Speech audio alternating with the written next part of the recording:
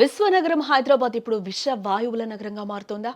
ఇన్నాళ్లు కేవలం ట్రాఫిక్ ఇబ్బందులతో సతమతమైన భాగ్యనగరం ఇప్పుడు పీల్చే గాలి కోసం కూడా యుద్ధం చేయాల్సి వస్తోందా? అవును. ప్రస్తుతం హైదరాబాద్ నగరవాసుల పరిస్థితి చూస్తుంటే ఇదే అనిపించక మానదు. తెల్లవారుజామున వచ్చే స్వచ్ఛమైన గాలి మృగ్యమైపోయింది. దానికి బదులుగా కంటికి కనిపించని ధూళి కణాలు ఊపిరితిత్తుల్లోకి చేరుతూ ఉన్నాయి. నిన్న మొన్నటి వరకు ఢిల్లీ లాంటి నగరాల్లోనే చూసిన ఈ సీన్ ఇప్పుడు మన భాగ్యనగరంలోనూ రిపీట్ అవుతుంది అంటే ఎవరన్నా నమ్మగలరా?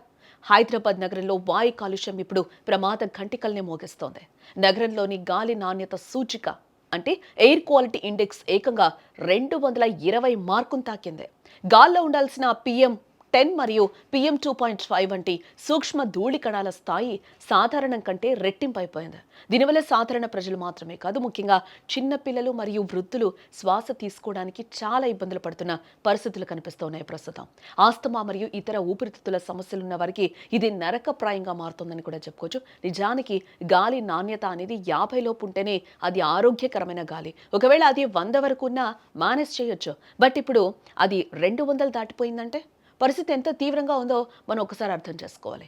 నగరంలోని బొల్లారం, పటాన్చెరు వంటి పారిశ్రామిక ప్రాంతాలతో పాటు సాఫ్ట్వేర్ హబ్ అయిన HCU, రద్దీగా ఉండే సోమాజిగూడ మరియు జూ పార్క్ పరిసరాల్లో కాలుష్యం గరిష్ట స్థాయికి చేరిందని సెంట్రల్ పొల్యూషన్ కంట్రోల్ బోర్డు గణాంకాలు అయితే చెప్తూ ఉన్నాయి.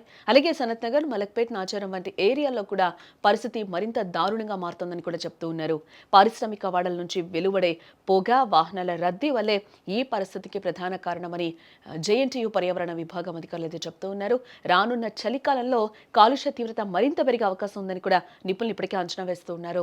ఈ నేపథ్యంలో వృద్ధులు, చిన్నారులు వీలైనంత వరకు ఇళ్లకే పరిమితం కావాలని, అత్యవసరమైతే మాస్కులు ధరించి బయటకు వెళ్లాలని కూడా వైద్యులు ప్రస్తుతం సూచిస్తున్న పరిస్థితులు కనిపిస్తూ ఉన్నాయి. ఈ కాలుష్య కోరల నుంచి బయటపడాలంటే ప్రజలు బయటకు వచ్చేటప్పుడు తప్పనిసరిగా మాస్కులు వాడాలి. ముఖ్యంగా ఉదయాన్నే వాకింగ్కు వెళ్లేవారు కాస్త జాగ్రత్తగా ఉండటం చాలా మంచిది. అలాగే కళ్ళు మంట పుట్టడం లేదా దగ్గు వంటి సమస్యలు వస్తే వెంటనే డాక్టర్ని అయితే ఖచ్చితంగా సంప్రదించాలి. ఇళ్లలోనే ఉంటే ఎయిర్ ప్యూరిఫైర్ల వాడకం కూడా బెటర్ అని వైద్యులు సూచిస్తూ ఉన్నారు.